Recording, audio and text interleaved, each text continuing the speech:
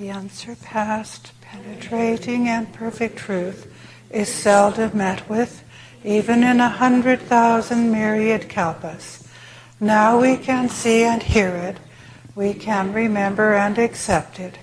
I vow to make the Buddha's truth one with myself. Homage to the Buddha, homage to the Dharma, homage to the Sangha.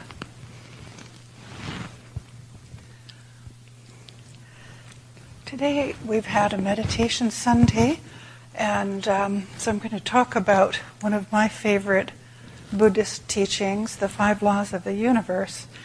I'd like to relate it, though, to our serene reflection meditation practice. For me, the teaching has been very helpful to go back to when I need clarification and direction, and it's one of our windows into the great body of the Dharma. And of course there's a lot of overlap between this teaching and many of the other teachings. I see it, though, as very foundational for the practice of meditation and Buddhist contemplation in general. So most of you have probably heard about the 5 Laws of the Universe. If you haven't, we have this lovely little booklet up in the guest house, I believe. It's called An Introduction to the Tradition of Serene Reflection Meditation, in which Reverend Master Jiyu has an article outlining these 5 laws of the universe and her commentary on them. And it's also on our website at the very bottom of the publications page. So if you'd like to read her commentary, you will find it there. So the first law of the universe is the physical world is not answerable to my personal will.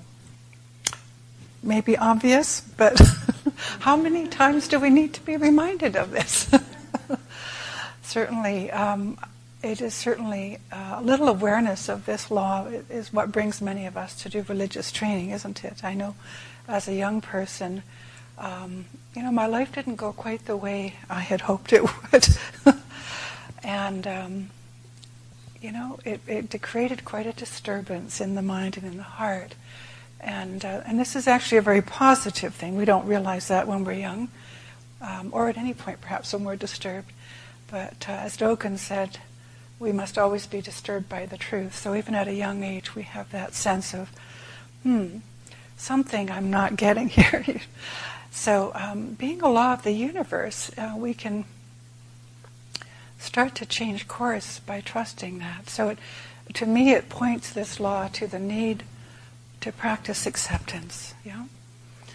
We have no ultimate control over the processes of our bodies or our environment, nature and physical laws, our planet, the universe. Ultimately, we're not in charge.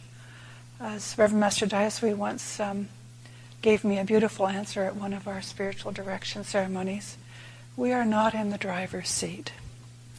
And this was actually very close to the time when he died of cancer, so I think it was actually quite a profound realization for him. So it's our practice to tune in and work in harmony with these things. We can't stop our bodies from growing older, getting sick sometimes, eventually falling away, no matter how hard we try. And at the same time, it is also our responsibility, of course, to take care of ourselves and each other, our world, as best we can. So right away we have this interesting paradox.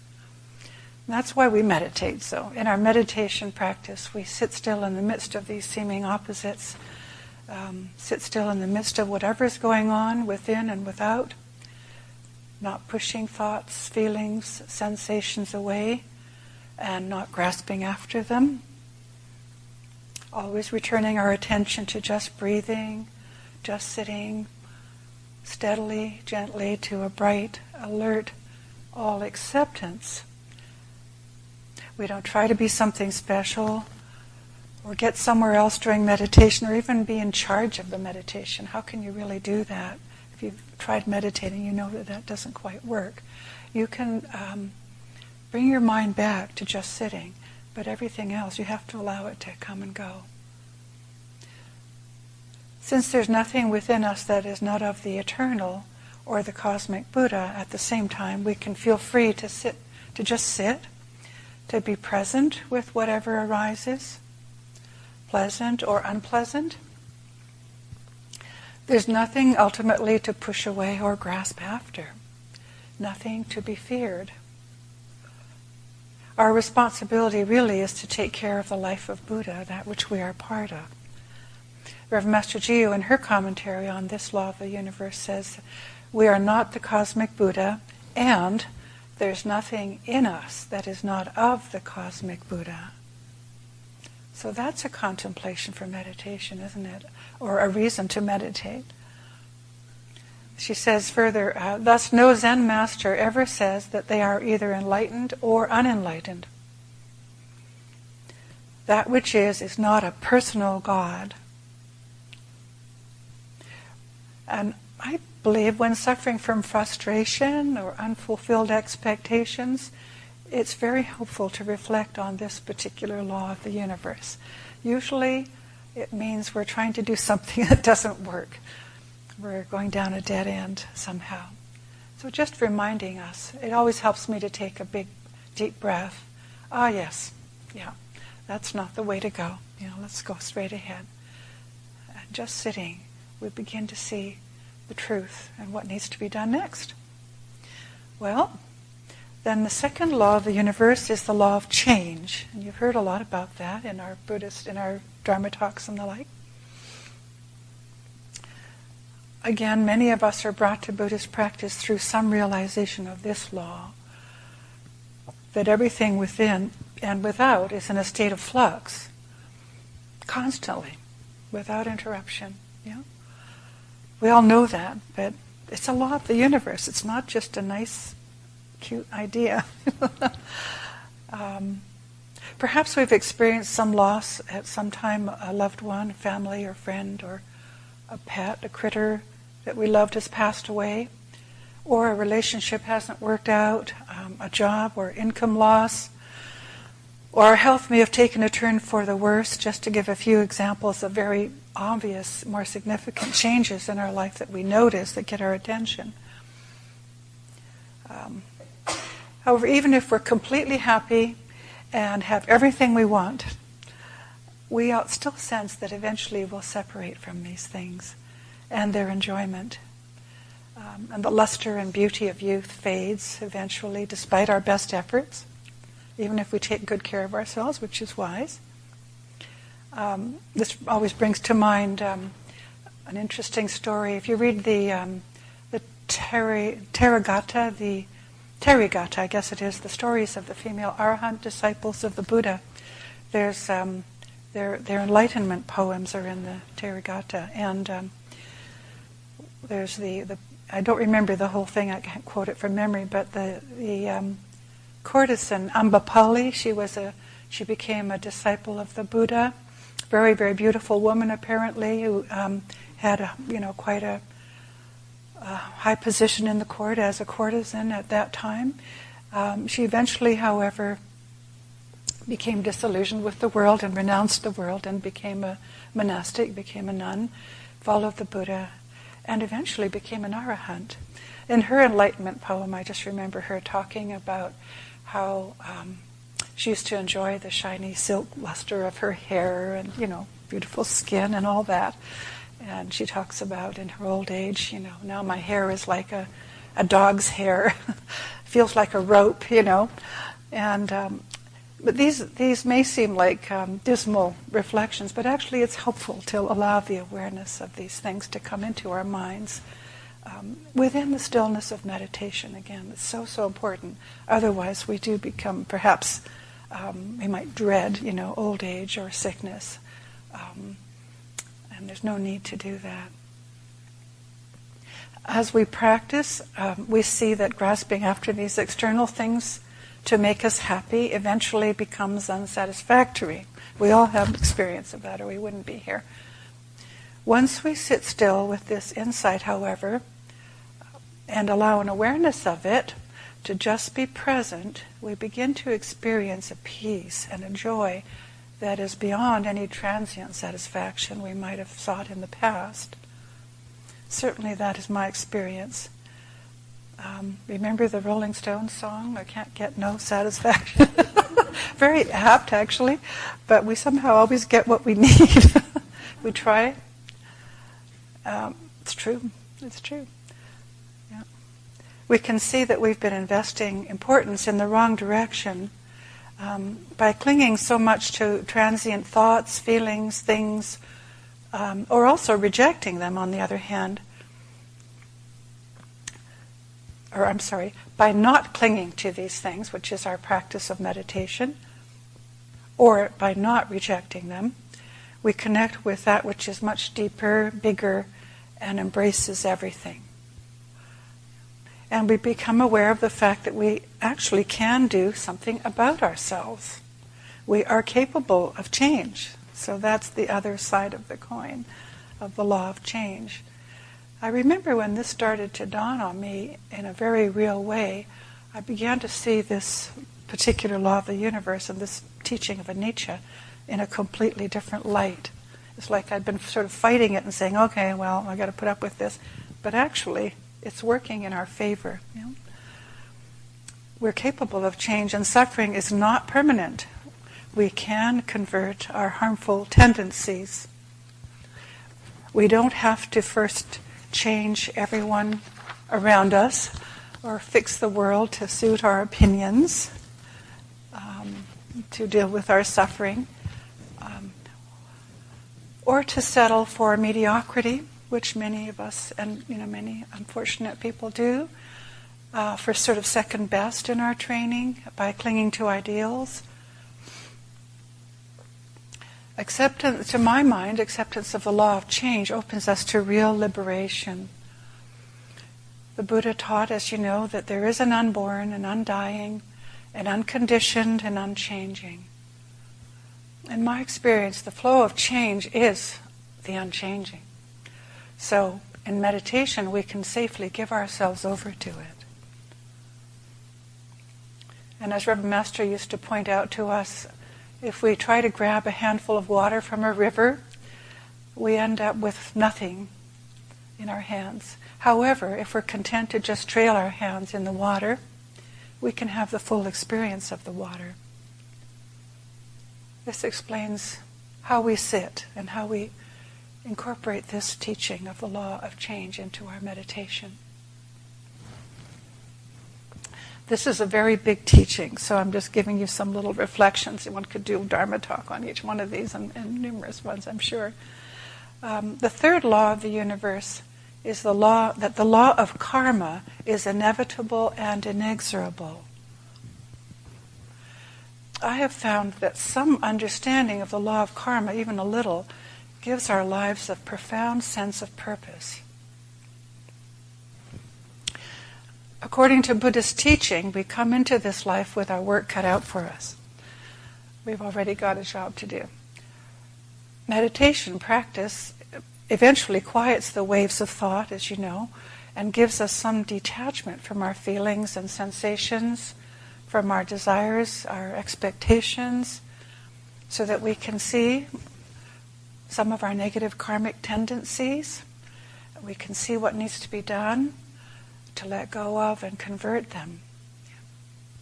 Without the meditation, it's very difficult to have this awareness of what needs to be done. And as we can see when we listen to the news, very sadly, and study history to some extent, we seem to go round and round the same problems.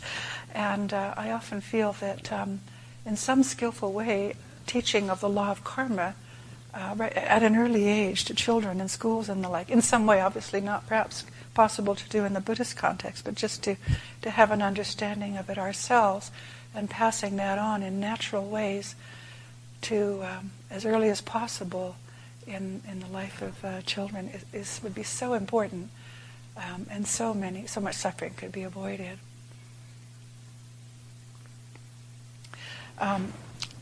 In meditation practice, we allow awareness of our spiritual dis-ease to arise, right?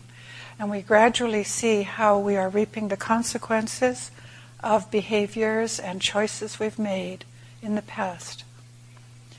By not repressing and indulging thoughts and feelings as we sit, including letting go of self-judgment, we gradually see with pure awareness what the mind has been up to and how we create suffering.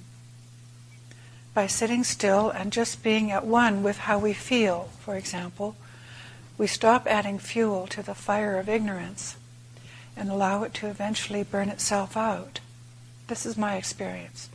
Just not shying away from feelings in meditation, whatever they might be. Not pushing them away, not getting all caught up in them, but just, okay, I'm really annoyed right now, or I'm feeling very fearful, or whatever it is. Now, you don't have to necessarily say that to yourself, but there's just a being with it completely. And since all things are within ourselves, are of the eternal, ultimately we don't have to be afraid of being with these things. There's no ultimate evil in there. So eventually it burns itself out, just depending on the strength of a particular karmic tendency, be it from having acted out of greed or anger or delusion.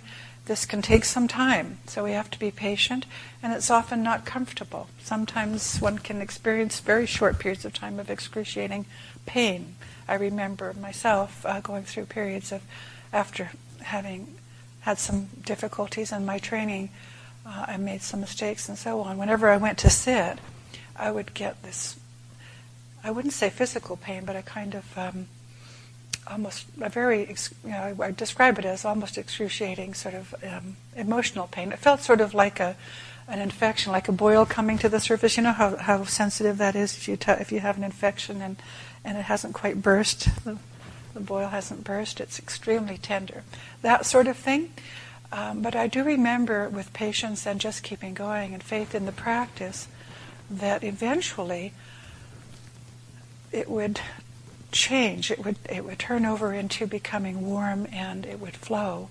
And I would have a sense of the pain turning into this warm water flowing through me. It took some time, and I'm glad I persisted.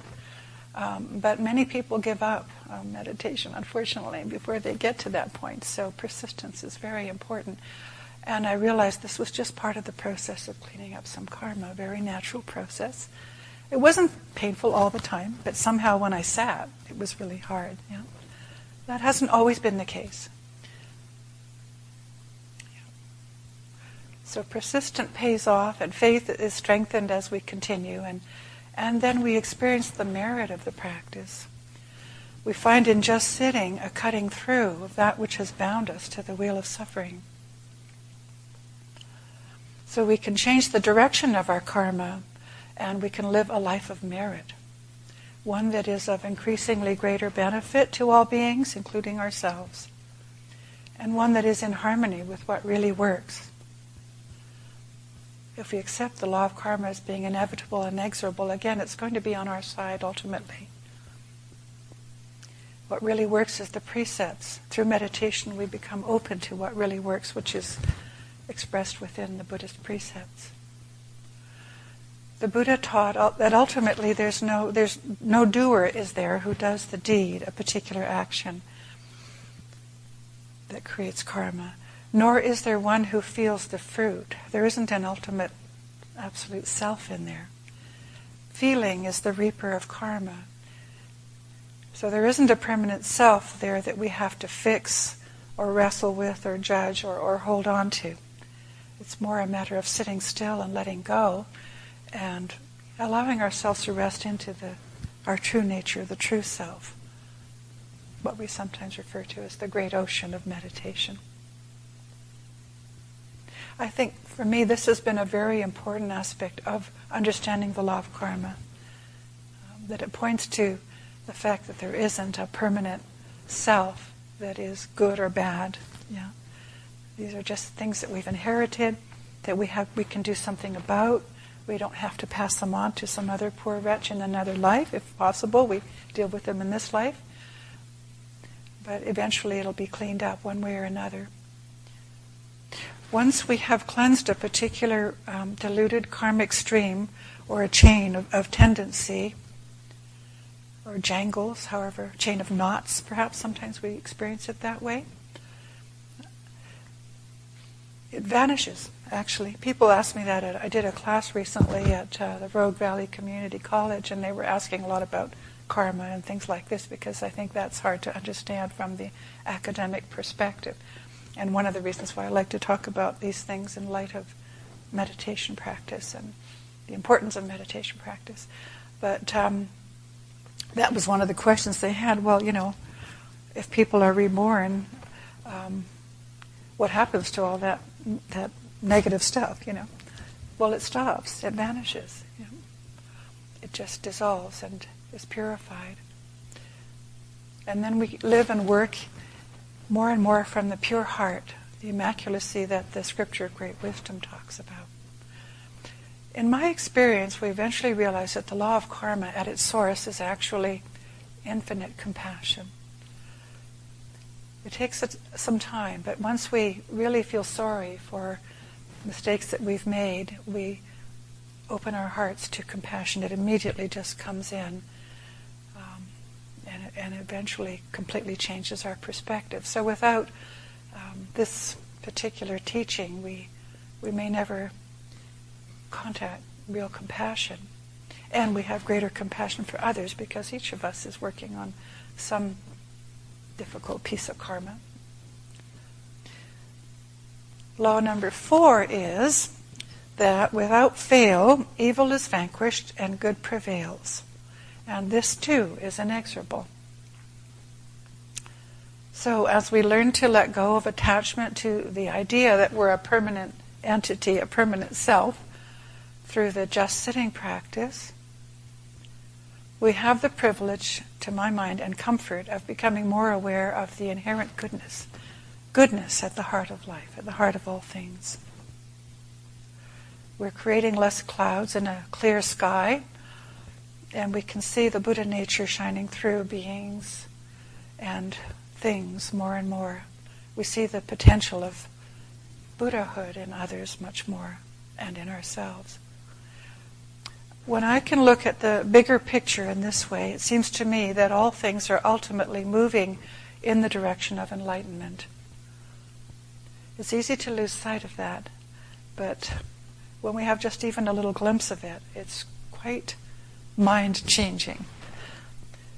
All pain is naturally moving towards resolution, which is the reason for rebirth.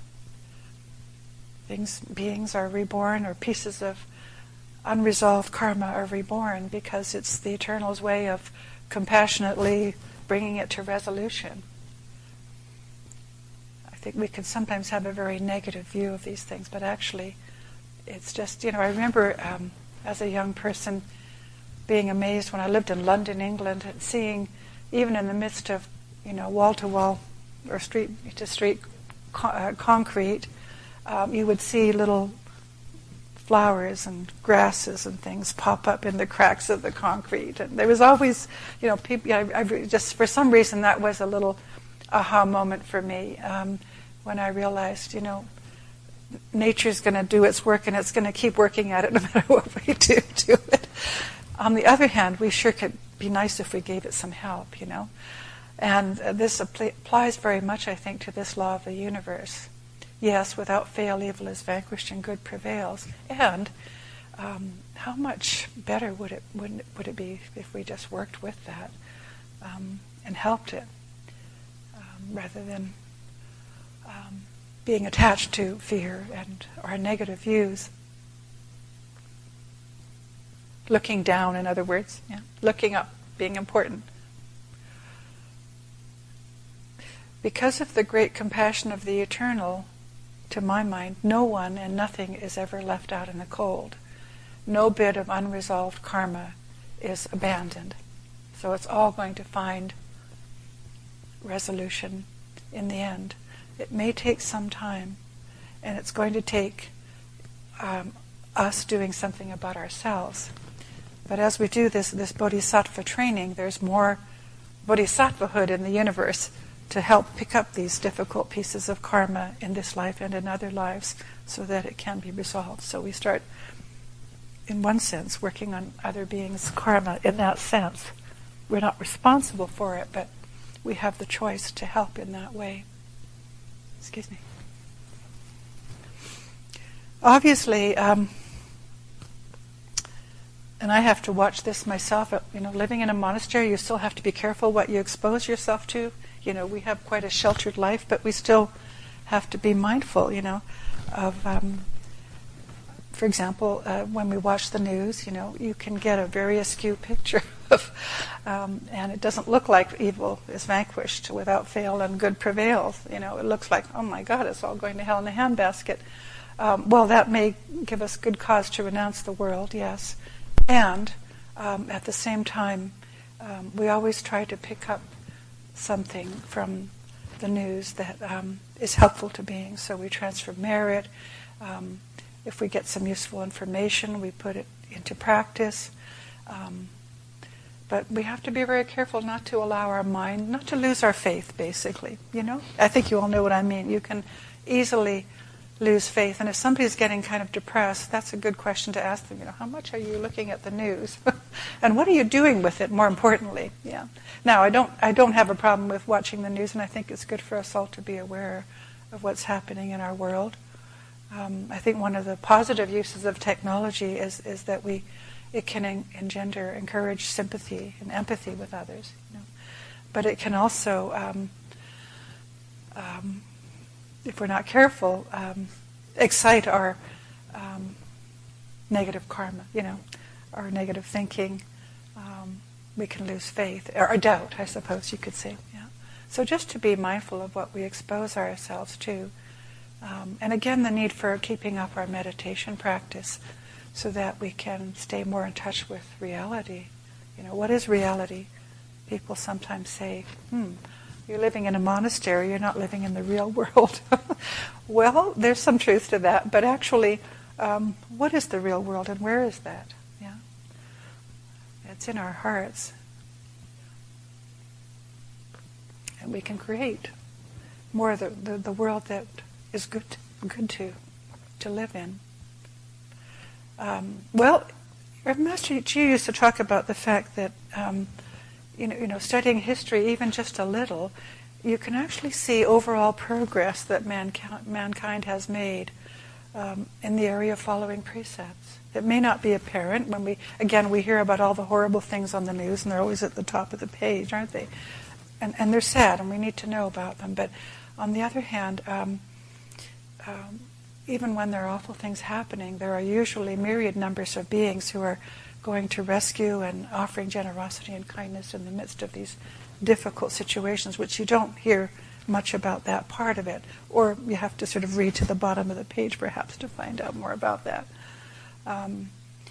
But it's true, if you look carefully, people used to have executions in the streets, and there weren't many laws around it at one time. Certain things that we would now consider almost globally, perhaps not completely globally, as being completely unacceptable nowadays were commonplace, even a century ago, 2 centuries ago, right? So it helps sometimes to reflect on that, but also to look at our own practice and take heart and confidence in progress that we've made, not being prideful, obviously, but to allow the awareness of change and progress in our own training to, enter our minds and to give us confidence, give us strength in our faith, give us courage. Yeah, I think it's very important to contemplate that.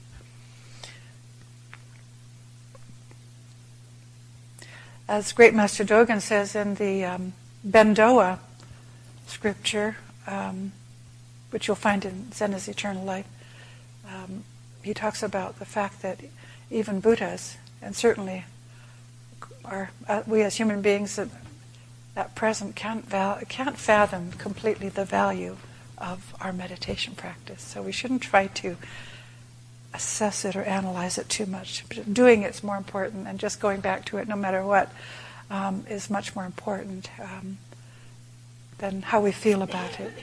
Not to say we might not check in with someone who's experienced and whom we trust about it. Certainly we can go astray now and then, but to keep going. The depth, the ramifications, the ripples of this practice are far greater than we can imagine. In little ways we experience that. I know I've had stuff happen in my life, we all have, that hasn't worked out very well, and we think, oh gosh, made some mistakes. And lo and behold, 10 years later you realize, oh, it's working out in quite a different way, and actually quite better than I might have imagined. And so, you learn to just let go of the judgment, the expectation of how it should be, and trust and have faith that, wow, this works, and we're connecting to something much, much bigger that's doing its work, and we're perhaps an instrument, a vehicle for that, or we're training ourselves to be. Again, I should say in Buddhism, we don't consider there to be any ultimate source of evil. There's no sort of absolute devil that, operates in opposition to an absolute God. I think that's very, very significant to this understanding this law of the universe. Otherwise, our minds will keep going. There's this default that we sometimes have. At least I've had it early on in my training. Okay, yeah, but there's this. Look at this stuff that's happening, or look at the stuff I keep doing. As if there were some kind of fundamental badness in myself that is never going to be dealt with. Yeah. Everything has the Buddha nature. It doesn't mean that harm isn't done. And this is a subtle point, I think, that takes a great deal of meditation and practice to fully understand. So I don't mean to be simplistic about it, but it helps to know that all things are really moving on the path toward enlightenment. Everything has Buddha nature. So even the most painful experiences or the most bad parts of ourselves are trying to find some resolution. They're trying to do something pure at heart. But it takes some training and some willingness to not, obviously, indulge the bad habits before we can see what at heart we were really trying to get at. But to trust that there is a goodness there is very important. In Buddhism, the hells and the heavens are temporary places, right? So we're really aiming, if we can say that, at something different, something beyond those opposites. And finally, the fifth law of the universe is that the intuitive knowledge of Buddha nature occurs to all. I know I was working as a tutor for a period of time when I was paying off debts, working with students a lot, and I found this teaching, this law of the universe. I contemplated it quite a bit. I found it very helpful in my work with students, and maybe with myself, because I wasn't quite sure always I knew what I was doing. But education is an interesting thing, and what are we trying to do? What are we educating our young people or ourselves into?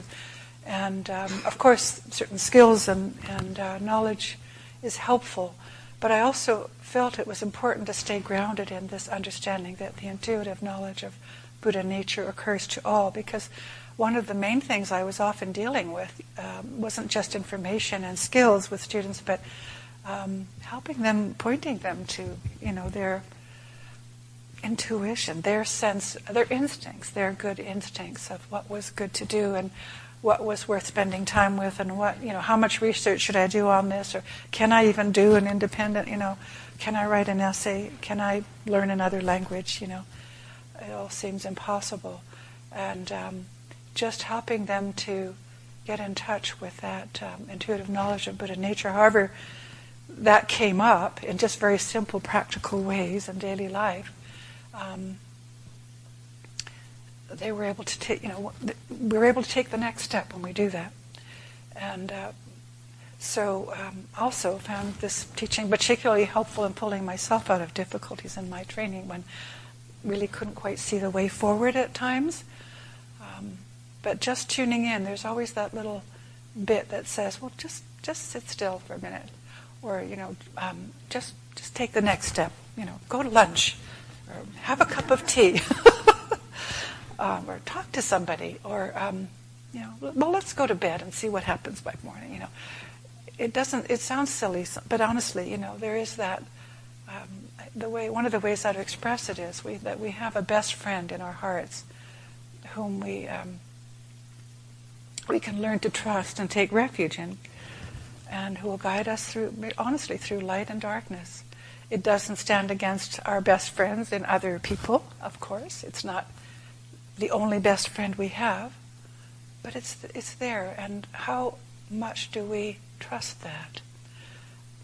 Again, at the community college class I did, a young woman came up at the end of the class said, "So, you mean there's a Buddha in my heart that I can listen to and learn from?" And I said, "Yes." And I thought, "Well, how nice, somebody actually heard me." It wasn't an academic question. It was lovely, delightful. And then she had about 6 other questions that she asked me after class, which was really nice. So again, coming back to our meditation practice, in just sitting, we receive this often unspoken guidance from this true friend, if I may call it that. And we have to be willing to we have to be willing to ask and to listen what's good, and to take note of that, to allow our minds to get quiet enough to hear. But sometimes we don't get answers in words. They just come in the form of daily life, don't they? We just somehow go on to the next thing, and then it's not until we've done the next thing that we realize, oh, what happened to that problem? I remember during one of the election years when I was living in Canada, being a younger country and not as great a population. I probably told this joke before, but I'll never forget it. I thought it was quite funny. One of the comedians was doing a little satire on some of the political stuff that was happening. Some people during the election were putting out these campaigns to help Canada find its identity. Yeah, what's Canada? What does it mean? And who are we? What kind of people are we? And so on. And this comedian said, "Canada is a solution looking for a problem." And I thought, oh, that's me. At the time, that was quite funny. And, honestly, it was the way I felt about the election, too. Like, let's just get on with it and do, But we seem to do that. I shouldn't make it complete fun. It wasn't all bad, but it was. But we can often create problems where they don't exist. This was something Reverend Master pointed out to us many times. So, we can waste a lot less time by just tuning in a bit more. And again, this points to the great importance of just sitting practice. Without that, I really can't imagine, finding that. And I would say once we know this true friend, we can be at home and content in any place at any time. Now that sounds very idealistic. I can't say I'm always there, but what it has done for me is, let's say, backtrack a little bit. I remember again, as a young person, and at various points in my life, wondering what I should do, what career should I have, what about this, what about that, should I have a family, should I do this, and gosh, it can cause us a lot of grief to be at sea somewhat, It's a natural process, maybe we all have to go through it, but once I've connected with the just sitting practice, it's not like it completely disappeared, but I felt like something just kind of broke through the bottom and took root and was grounded in, there's always the next step. There's always what needs to be done. It doesn't really matter, all that external stuff. What matters is how I do it. What matters is that, I do it with kindness, with presence of mind, etc. And so I think, again, encouraging that intuitive knowledge in ourselves and in others is very, very important. As we practice it ourselves, we, I think, begin to naturally support that in others, the Buddha nature. We appeal to the Buddha nature in others quite naturally. All of these words can kind of get in the way, but I think you know what I mean. We just naturally connect with that in others. And so it changes. Often I found it changes the reactions of other people too, even when I wasn't expecting it. As we deepen our meditation and are more able to get ourselves out of the way, a natural kinship within the Buddha nature develops with all beings. And that's what I mean by we can learn to be at home and content at any place at any time. You know, I'm sure we've all had the experience where we've been in a grocery store, or we've been at college recently, and we just feel like we're with somebody that we know really well and we're just really connected with, even though it's the first time we've met the person. Maybe we'll never see the person again, but something happened there in that exchange that personally I trust will bear fruit and merit at some point in the future, and that I'm learning from now. So there's just a much greater kinship within the Buddha nature. So cultivating through meditation this intuitive knowledge of Buddha nature is very helpful, and it really reduces worry. If you're a worrier, try that. Okay, so I'm going to... I should say that, again, in Buddhism, we don't have any sort of cosmic police or somebody who's, enforcing these laws, right? It's just the way things are. This is one of the ways that the great masters in Buddhism have expressed the teaching from their experience of meditation. So remember, these doctrines, these teachings in Buddhism come out of meditation practice, perceptual practice, and as Reverend Master Jiu often said, at death's door, when people are in a very deep state of meditation, often, when they're having some religious realization or they're dying, and somebody puts it down and passes it on.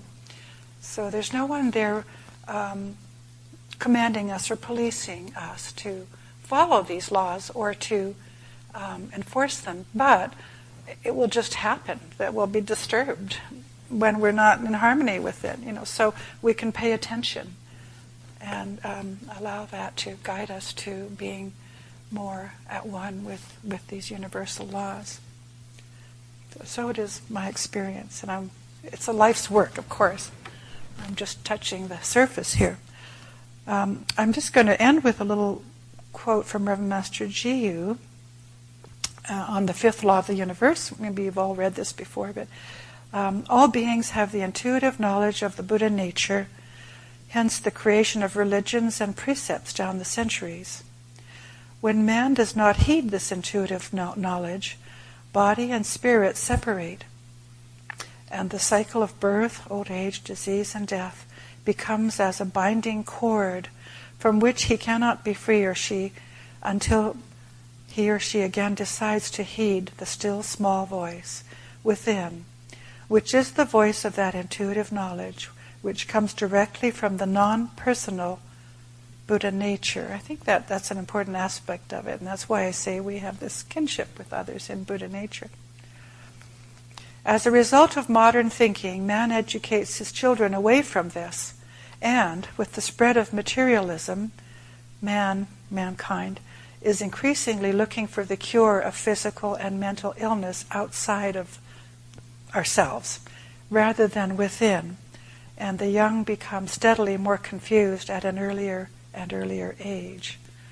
So something to pay attention to, and to maybe work into our raising of children and our educational system. I'll leave you with those reflections then, and I hope that's been of some help and encouragement in your meditation practice. Homage to the Buddha, homage to the Dharma, homage to the Sangha.